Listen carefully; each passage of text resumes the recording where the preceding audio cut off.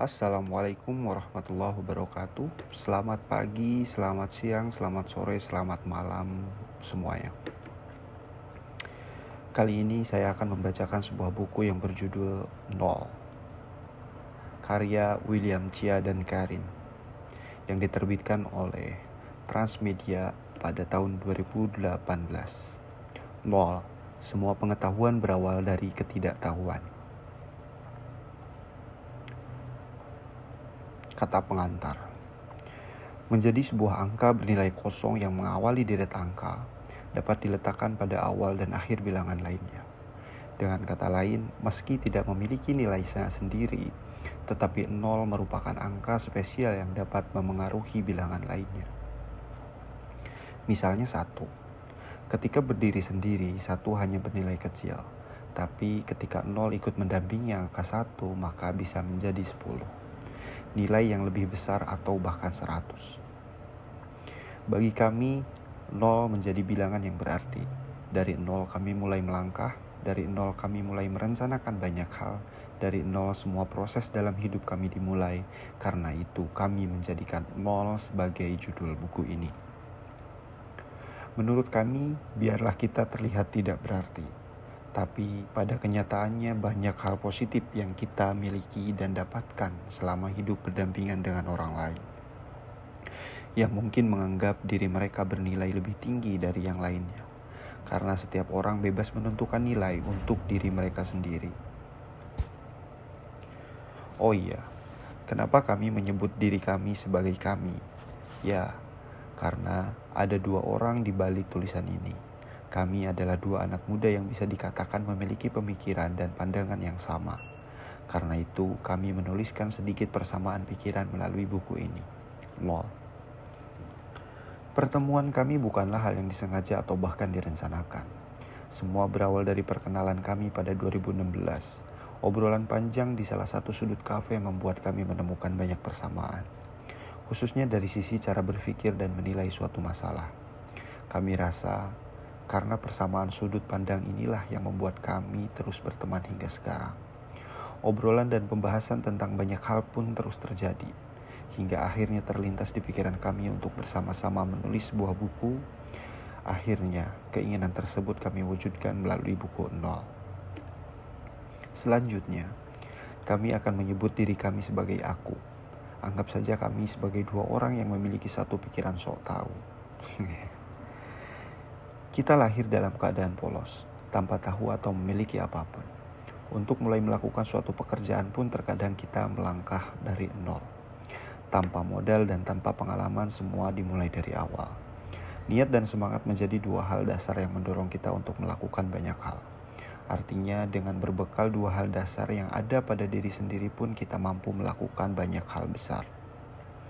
Banyak orang menulis buku tentang kesuksesan, mulai dari definisi sukses hingga cara menggapai sukses itu sendiri. Akibatnya, banyak di antara kita yang menumpuk atau bahkan mengoleksi buku-buku tersebut, menjadikan buku motivasi sebagai panduan untuk meraih sukses, bahkan rela mengikuti setiap kata dan petunjuk dalam buku demi kesuksesan yang sudah dijanjikan. Menurutku, tindakan ini bernilai 0. Kenapa? Sebanyak apapun buku yang kamu baca, sehebat apapun penulis menyampaikan materi di dalam bukunya, sesering apapun kamu mempraktekkan setiap petunjuk dalam buku itu, belum tentu ilmu yang disampaikan melalui buku itu dapat masuk ke pikiranmu. Belum tentu juga kesuksesan orang lain menular ke dirimu. Quotes, memangnya kalau baca buku motivasi dijamin sukses? Kamu bisa sukses, tapi tidak bisa dipastikan. Wah, buruk dong kalau begitu. Tidak juga. Buruk itu hanya pikiranmu saja. Berita baiknya, kalau kamu tidak pasti sukses, berarti kamu pun belum pasti gagal. Buku hanya jalan untuk membuka pikiranmu, tapi untuk menggerakkan kaki, tangan, dan membuatmu melangkah, hanya niat, keinginan, dan aksi dari dirimu sendiri yang dapat diandalkan. Tanpa niat dan aksi, semua tindakanmu tak berarti. Aku bukanlah motivator. Aku bukanlah orang yang mampu menjanjikan kesuksesan kepadamu. Aku pun bukanlah demotivator, orang yang mampu menjatuhkan semangatmu untuk meraih kesuksesan. Aku tidak sanggup menjatuhkanmu dengan cara apapun. Buku ini berisi 11 bab, 23 bab yang dimulai oleh bab pertama, kepastian. Pasti? Tidak juga. Hindari kata pasti. Aku S sama dia. Dia S sama aku. Ada orang yang melengkapi kata itu dengan suka. Ada pula sebal, senang, selingkuh, atau kata-kata lain yang belum terpikir olehku. Kalau seperti itu, apakah kamu bisa memastikan kata apa yang cocok untuk melengkapi huruf S tersebut? Kamu memang bisa menebak dan melengkapi kalimat tersebut. Tapi yang membuatnya menjadi sulit adalah tidak ada jawaban pasti untuk melengkapi kalimat tersebut. Semua tergantung keinginan dari tiap orang yang membacanya. Tidak pasti. Pasti, mungkin, kata mungkin masih terdapat peluang untuk suatu ketidakpastian atau malah kepastian. Begini ya, aku ini adalah penganut ketidakpastian. Aku kurang setuju dengan mereka yang sering berkata kalau hidupmu pasti akan seperti ini atau seperti itu. Jujur saja, walau aku percaya dengan nasib, tetapi aku tidak percaya dengan nasib buruk. Bingung. Merasa bahwa aku ini seorang yang egois? Ya, bukankah memang seperti inilah manusia mencari kepastian di tengah ego mereka? Lalu bagaimana dengan nasib buruk? Seorang peramal mengatakan bahwa kamu akan bernasib buruk. Apakah kamu memilih untuk percaya? Pasti kamu akan berusaha untuk mengelak. Entah berusaha meragukan kemampuan sang peramal, menuduhnya penipu, hingga mencari tahu tentang ramalan tersebut dan akhirnya memilih untuk mengurung diri di kamar agar terhindar dari kejadian buruk. Seperti inilah manusia, nasib baik selalu kita terima dan nasib buruk selalu ditolak. Kita sebagai manusia bisa dibilang pintar, tapi terkadang pantas dibilang bodoh. Entahlah, siapa yang pintar dan siapa yang bodoh. Tapi bukankah hampir semua orang merasa dirinya pintar? Selama ini kita merasa senang jika ada orang yang memuji kita pintar, dan kita pun pasti akan berkata bahwa dia pintar. Tapi bagaimana jika ada orang yang mengatai bodoh? Wah, umpatan pun akan keluar dari mulut kita. Terkadang kita ini memang lucu, seperti burung beo. Aku punya beberapa contoh cerita menggambarkan ketidakpastian. Mungkin kamu pernah membaca kisah ini atau memiliki pengalaman yang mirip dengan cerita berikut ini. Di Cina ada seorang laki-laki bernama Yu Yuan. Awalnya ia tinggal bersama orang tua dan ketiga kakaknya. Dua dari ketiga kakaknya itu meninggal disebabkan wabah penyakit yang sempat melanda desa mereka. Sedangkan satu kakaknya lagi berada dalam kondisi kritis yang juga disebabkan oleh wabah penyakit. Karena keadaan desa yang sudah tidak bersahabat, penyebaran penyakit pun semakin mengkhawatirkan. Akhirnya orang tua dan saudara lainnya memutuskan untuk meninggalkan desa. Tapi tidak dengan Yu Yuan. Ia memutuskan untuk tinggal di desa dan merawat saudaranya yang kritis. Mendengar keinginan Yu Yuan tersebut, orang tuanya merasa khawatir dan mencoba untuk membujuknya agar ikut pergi meninggalkan desa. Yu Yuan menolak dan menjawab, "Aku memiliki tubuh yang kuat. Jadi aku harus tinggal dan merawat kakakku. Jika ibu dan ayah ingin pergi, silahkan saja, aku tetap tinggal." Mendengar ucapannya yang tegas, orang tuanya pun pasrah dan meninggalkan Yu Yuan bersama kakaknya yang sedang kritis. Orang tua dan semua kerabat pun pasrah dengan keadaan Yu Yuan dan kakaknya. Terlebih karena penyebaran penyakit semakin meluas dan jumlah penduduk yang meninggal pun terus bertambah. Beberapa bulan setelah orang tuanya meninggalkan desa, akhirnya mereka pun kembali untuk mengetahui keadaan anak-anaknya. Tentunya setelah wabah penyakit berhasil diatasi. Ternyata apa yang mereka khawatirkan tentang keadaan Yu Yuan dan kakaknya pun tidak terbukti. Ya, Yu Yuan dalam keadaan baik-baik saja. Begitu pula dengan kakaknya yang sempat ditinggal dalam keadaan kritis, kini keadaannya berangsur pulih. Yang kedua, selama 5 dekade, mulai dari 541 hingga 591 Masehi, Kekaisaran Romawi diserang oleh 4 wabah ganas yang menewaskan penduduk dengan jumlah besar. Tidak banyak data, bukti yang bisa dikumpulkan pada saat itu. Hanya saja para sejarawan sempat mencatat kejadian itu. Menurut catatan sejarah, pada beberapa pasien yang terkena wabah penyakit menunjukkan beberapa gejala awal. Salah satunya sakit yang hebat di kepala, lalu dilanjutkan dengan mata yang mulai terlihat merah dan wajah membengkak. Selanjutnya, mereka mulai merasakan sakit di bagian tenggorokan dan keadaan mulai tidak bisa dikendalikan. Banyak penduduk yang meninggal. Beberapa pasien yang terinfeksi coba untuk diselamatkan, tapi usaha itu tidaklah berhasil. Korban terus bertambah setiap harinya. Mayat mulai menumpuk di pinggir jalan. Tidak ada yang berani menguburkannya. Saat itu suasana kota menjadi angker. Seluruh kota diselimuti aroma menyengat dari mayat yang tidak dikuburkan.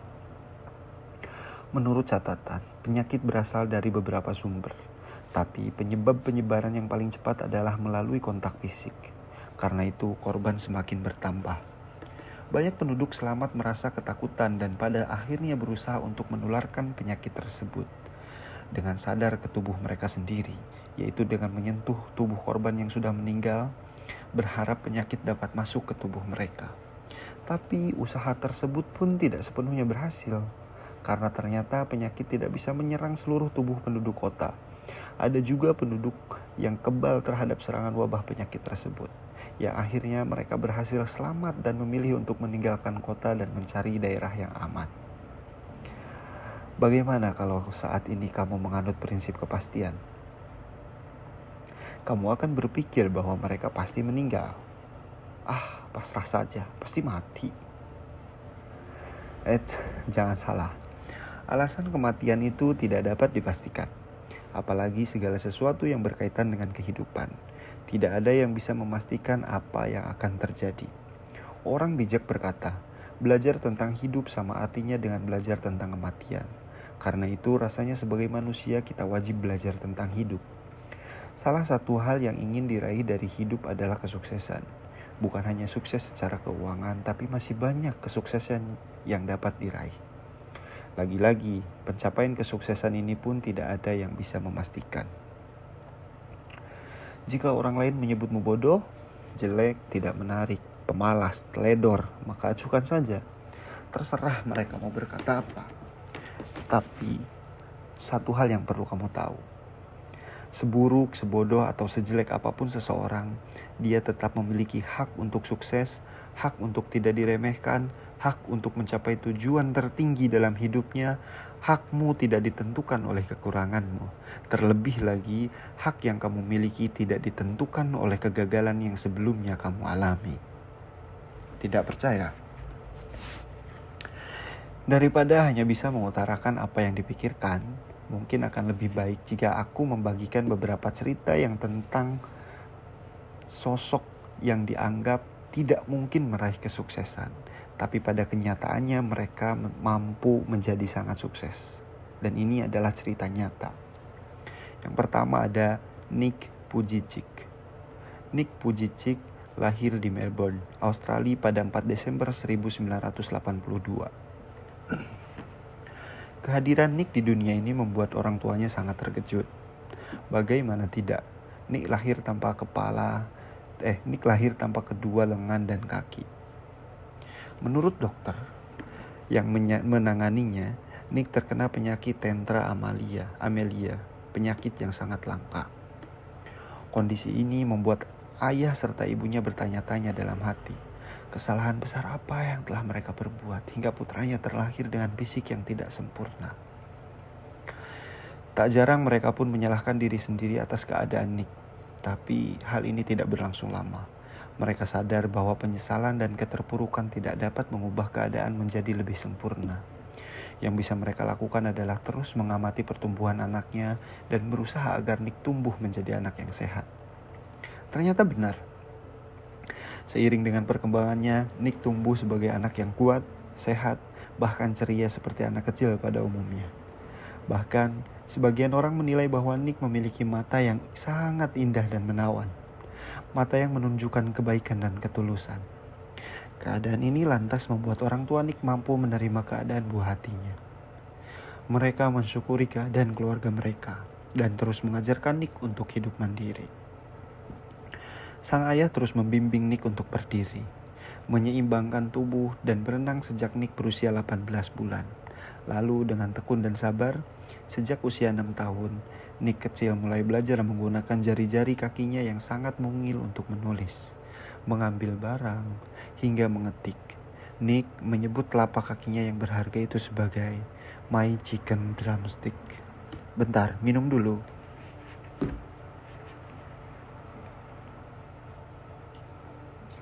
Lanjut. Setelah orang tua Nick merasa kalau anaknya sudah bisa dilepas ke kehidupan sosial, ibunya akhirnya memasukkan Nick ke sekolah umum. Mereka ingin agar Nick bisa hidup lebih mandiri, kuat secara mental, dan bisa bergaul dengan luas. Tapi yang terjadi saat itu adalah Nick langsung menyadari bahwa keadaannya memang sangat berbeda dari teman-temannya. Nick kecil mengalami berbagai penolakan, ejekan, dan gertakan dari teman-teman di sekolahnya. Tentunya perlakuan ini membuat Nick merasa sangat putus asa dan sedih. Bahkan, di usia 8 tahun Nick sempat berpikir untuk bunuh diri. Tapi hal itu tidak jadi dilakukannya karena menyadari betapa banyaknya kasih sayang yang ia miliki.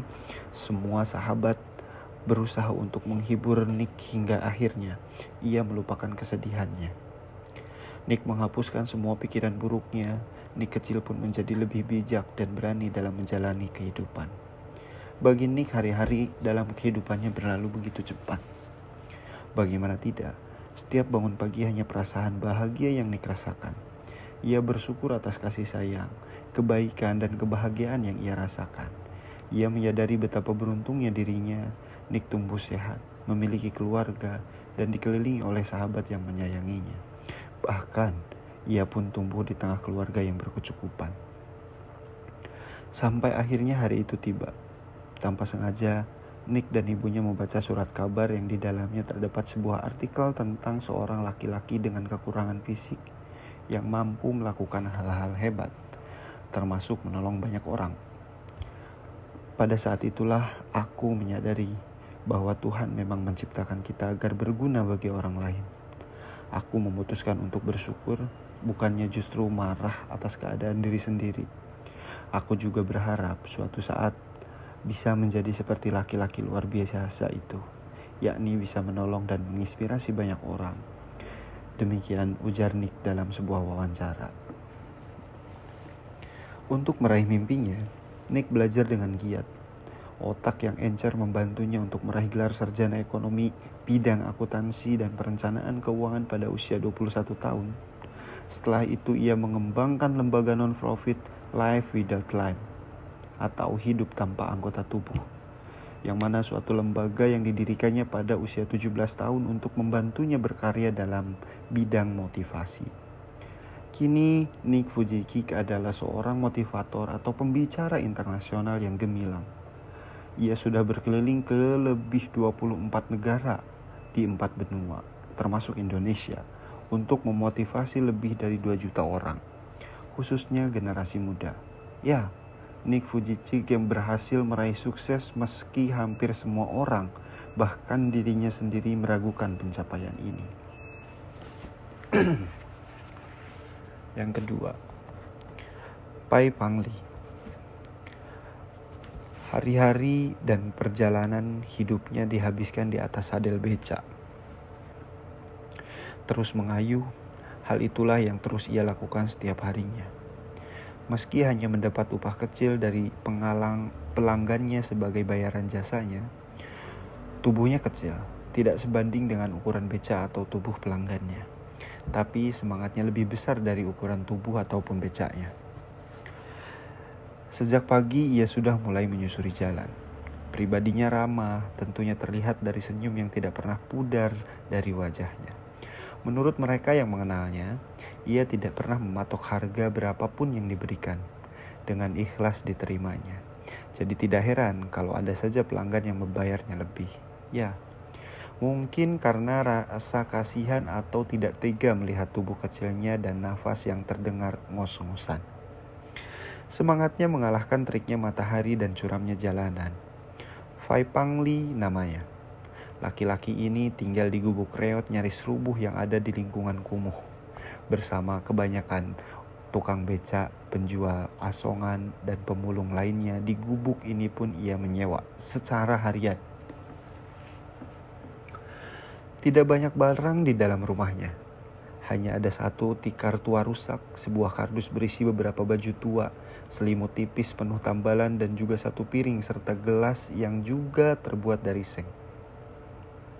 Di pojok ruang tergantung lampu minyak tanah sebagai sumber pencahayaan seadanya. Sepertinya barang-barang yang ia miliki pun didapatkan dari memulung. Terlihat dari kondisi barang-barangnya yang rusak.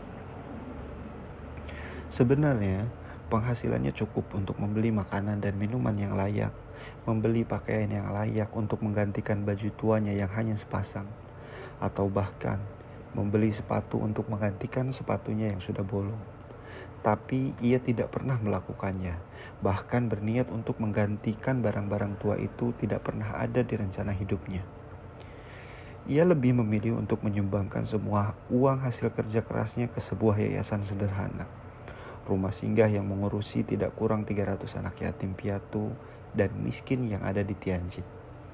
Yayasan yang mendidik anak-anak yatim piatu melalui sekolah. Suatu ketika hatinya tiba-tiba terenyuh saat melihat seorang anak laki-laki kurus yang kira-kira berusia 6 tahun. Saat itu si anak laki-laki sedang menawarkan jasa angkut barang kepada seorang ibu yang terlihat baru selesai belanja. Tubuh kecilnya terlihat oleng saat mengangkat beban berat itu. Tapi ia tidak menyerah. Belanjaannya yang beratnya berkali-kali lipat dari berat tubuhnya tetap ia angkut hingga tugasnya selesai. Laki-laki kecil itu tidak dapat menutupi kegembiraan yang terpancar dari wajahnya ketika si ibu mengeluarkan recehan dan memberikannya sebagai upah. Sambil mengadahkan wajahnya, ia seperti terlihat sedang mengucap syukur. Beberapa kali, Pai Pangli memerhatikan anak laki-laki itu. Mulai dari kegiatannya mengangkut barang hingga pergerakannya setelah pasar mulai sepi. Setelah mengetahui kemana langkah kaki kecil itu pergi, hati Pai Pangli semakin sedih. Bagaimana tidak? Setelah pasar mulai sepi, tubuh mungil itu mulai berkeliling pasar untuk mengais tempat sampah, mencari sesuatu yang dapat ia makan. Tidak tahan melihat pemandangan itu, Pai Pangli pun mendekati anak laki-laki yang sedang menikmati sepotong roti kecil di tangannya yang ia dapatkan dari tempat sampah. Pai Pangli heran, kenapa anak itu tidak membeli makanan sederhana dari hasil upahnya bekerja mengangkut barang? Ia pun menanyakan langsung kepada laki-laki kecil yang saat itu ada di hadapannya. Uang yang aku dapatkan untuk membeli makan adik-adik, jawab anak itu. Orang tuamu di mana? Lanjut Pai Pangli. Aku tidak tahu. Ayah ibu pemulung, tapi sejak sebulan lalu setelah mereka pergi memulung, mereka tidak pernah pulang lagi. Aku harus bekerja untuk mencari makan, untuk diri sendiri dan 2 adikku yang masih kecil, sahutnya. Lalu ia pun membujuk Wang Fing, nama anak laki-laki itu, untuk mengantarnya kepada kedua adiknya. Mendengar jawaban dari mulut mungilnya, hati Pai Pangli menangis. Tidak sampai di situ. Kesedihan Pai Pangli semakin menjadi saat melihat 2 adik kecil dari Wang Fing, 2 anak perempuan kurus berusia 4 dan 5 tahun. Keadaan kedua anak perempuan itu terlihat menyedihkan, kurus, kotor dengan pakaian yang compang-camping. Tidak ada tetangga yang peduli pada keadaan anak-anak ini. Tapi Pai Pangli tidak menyalahkan tetangga yang tidak peduli pada mereka, karena keadaan para tetangga pun jauh berbeda dari mereka. Untuk memenuhi kebutuhan pokok keluarga sendiri pun mereka sulit. Melihat kesulitan dan lingkungan yang tidak mendukung itu, Pai Pangli memutuskan membawa ketiga anak itu ke yayasan. Kepada pengurus yayasan, Pai Pangli mengatakan bahwa ia sendiri yang setiap hari akan mengantarkan semua penghasilannya untuk membantu anak-anak itu. Pai Pangli pun ingin agar mereka mendapatkan makanan dan minuman yang layak, bahkan mendapatkan perawatan dan pendidikan yang layak. Sejak saat itulah Pai Pangli dengan penuh semangat menjalani pekerjaan demi anak-anak yang ia titipkan di yayasan. Ia memberikan seluruh uang penghasilannya. Setelah dipotong biaya kebutuhan pokok sehari-harinya, seluruh uangnya ia sumbangkan ke yayasan untuk sahabat-sahabat kecilnya yang kekurangan. Ia merasa sangat bahagia melakukan semua itu. Di tengah kesederhanaan dan keterbatasan yang dimilikinya, baginya menjadi kemewahan luar biasa jika ia beruntung mendapatkan pakaian rombeng dari tempat sampah yang masih layak pakai. Hanya perlu sedikit menjahit bagian yang robek dengan kain lain. Tidak masalah jika warnanya berbeda. Tapi masih cukup bagus, gumamnya bahagia. Pai Pangli mengayuh becak tuanya setiap hari. Tidak apa kalau aku harus menderita, yang penting anak-anak itu dapat makan dan minum yang layak. Juga dapat bersekolah. Aku bahagia bisa melakukan semua ini. Jawaban inilah yang selalu ia katakan saat orang-orang bertanya, "Mengapa kamu mau berkorban sedemikian besar untuk orang lain tanpa peduli dengan dirimu sendiri?" Hari demi hari, bulan demi bulan, dan tahun demi tahun, hingga hampir 20 tahun, Pai Pangli mengayuh becaknya demi mendapatkan uang dan menambah donasinya pada yayasan yatim piatu itu. Saat berusia 90 tahun, dia mengantarkan tabungan terakhirnya sebesar Rp 500, sekitar Rp650.000, yang disimpannya dengan rapi dalam sebuah kotak. Pai Pangli berkata, "Aku sudah tidak dapat mengayuh becak lagi. Aku tidak dapat menyumbang lagi. Mungkin ini uang terakhir yang dapat aku sumbangkan," katanya dengan wajah sendu. Semua guru di yayasan itu pun menangis. Pai Pangli menutup usia pada usia 93 tahun. Ia meninggal dalam kemiskinan. Sekalipun begitu, dia telah menyumbangkan uang yang kira-kira berjumlah Rp 350.000, yang setara Rp470 juta selama hidupnya. Uang ini telah membantu kurang lebih 300 anak miskin di yayasan yatim piatu itu. Yang ketiga, anak cacat yang dermawan. Tubuhnya kurus, hanya menyisakan bentuk tulang di balik kulitnya yang pucat. Rambutnya terlihat menguning akibat terpaan sinar matahari dan malnutrisi. Ia tidak mampu berjalan, hanya mampu menyeret-nyeret tubuhnya. Kakinya tidak mampu berdiri dan menopang tubuhnya. Hari itu dia merangkak mendekati meja yang bertuliskan donasi. Orang-orang berjaga di meja tamu pun mengira kalau dia akan berlalu atau bahkan meminta sumbangan. Tapi hal yang tidak diduga pun terjadi. Dia berkata pada orang-orang dewasa yang ada di hadapannya itu, "Aku ingin menyumbang." Tidak banyak bicara, ia pun menuangkan semua koin yang ada di mangkuknya. Para petugas mengulurkan tangan bermaksud ingin membantu, tetapi ia menolak dan ingin melakukannya sendiri. Petugas yang menyaksikannya pun tidak bisa berkata apa-apa. Bagaimana tidak? Dengan keadaannya yang seperti itu, si anak bersedia memberikan semua uang yang berhasil ia dapatkan dengan keringatnya sendiri. Tapi ternyata tidak hanya itu. "Aku masih punya uang lagi," sambungnya dengan antusias sambil merogoh saku celana. Ia berkata dengan antusias sambil merogoh saku celananya, kemudian ia mengambil beberapa lembar uang $10. Benar-benar perbuatan yang tidak pernah disangka. Bagaimana? Apa kamu pikirkan setelah membaca kisah hidup tersebut? Menurutmu, apakah mereka tidak termasuk orang yang mampu meraih kesuksesan? Tentu saja tidak. Jangankan meraih sukses, memikirkan keadaan diri sendiri pun mereka tidak lakukan. Tapi setelah membaca kisah mereka, tidak bisa dipungkiri bahwa mereka adalah contoh orang-orang sukses. Banyak dari kita yang pernah berucap, "Kalau saja seperti ini, pasti aku bisa itu." Atau, "Aku tidak bisa ini karena aku tidak bisa punya itu."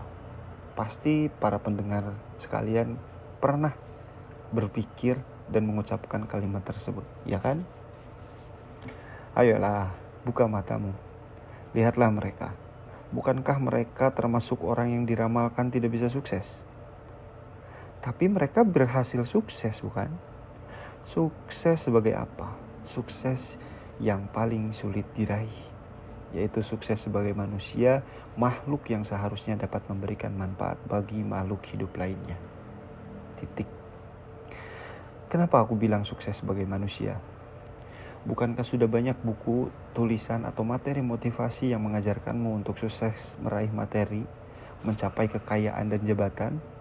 Karena itu, sepertinya aku tidak perlu lagi mengajarkanmu untuk menjadi kaya raya. Aku hanya ingin berbagi dan mengajakmu untuk hidup kaya di tengah keterbatasan yang dimiliki, kekurangan atau kemiskinan yang dapat membuat kita merasa kaya. Memangnya kamu hanya bisa merasakan kesuksesan ketika berhasil memiliki mobil seharga miliaran rupiah, mengoleksi berbagai barang ternama, atau terlihat sibuk dan menenteng laptop kemanapun kamu pergi? Apakah seperti ini standar sukses yang kamu miliki? Lalu, bagaimana dengan mereka yang memiliki keterbatasan tapi tetap merasa bergelimang kebahagiaan? Renungkan kembali cerita hidup Nick Vujicic, Pai Kang Lee, dan kisah hidup anak cacat yang dermawan itu. Menurutmu, apakah mereka hadir dengan keadaan yang sempurna? Tidak. Mereka bukanlah orang yang hidup dalam kesempurnaan. Malah justru sebaliknya, mereka hidup dalam keterbatasan, kekurangan, bahkan mungkin kesedihan. Tapi lihatlah apa yang mampu mereka lakukan. Mereka berikan semua yang dapat diberikannya kepada orang lain yang lebih membutuhkan. Bahkan mereka mampu mengabaikan kekurangan dan keterbatasan dalam diri. Untuk apa? Hanya untuk memberikan kebahagiaan kepada manusia lainnya. Ya, keadaan seperti inilah yang aku jadikan standar untuk sebuah kesuksesan. Yang aku harapkan kita dapat meraih kesuksesan dengan pola pikir yang benar. Aku tidak ingin kamu mendapatkan kesuksesan dengan cara menghilangkan kemanusiaan itu sendiri. Kita memang sedang menghadapi zaman Eden, di mana uang dijadikan raja dan manusia berperan sebagai budak. Bukankah sukses tanpa memandang manusia lain akan menjadi masalah kemanusiaan sendiri? Sekali lagi, kamu memang belum pasti sukses, tapi kamu pun belum pasti tidak sukses. Pertanyaannya, apakah kamu mau sukses? Semua jawaban ada di tanganmu sendiri. Tidak peduli seberapa banyak kekurangan yang dimiliki saat kamu telah memberikan apa yang bisa diberikan kepada manusia lain. Tanpa peduli kekurangan apa yang ada pada mereka, maka saat itulah kamu telah mampu menggapai kesuksesan. Raihlah sukses sebagai manusia. Quotes, belajar tentang hidup sama artinya dengan belajar tentang kematian. Karena itu rasanya sebagai manusia kita wajib belajar tentang hidup. Oke, terima kasih untuk bab 1. Next kita lanjut untuk bab 2-nya di video lainnya. Jika kalian senang dengan cara baca ataupun ada koreksi dengan cara baca atau cara membaca yang saya lakukan, tulis di kolom komentar. Dan jika kalian suka, tolong klik subscribe dan like video ini. Terima kasih. Wassalamualaikum warahmatullahi wabarakatuh. Salam literasi.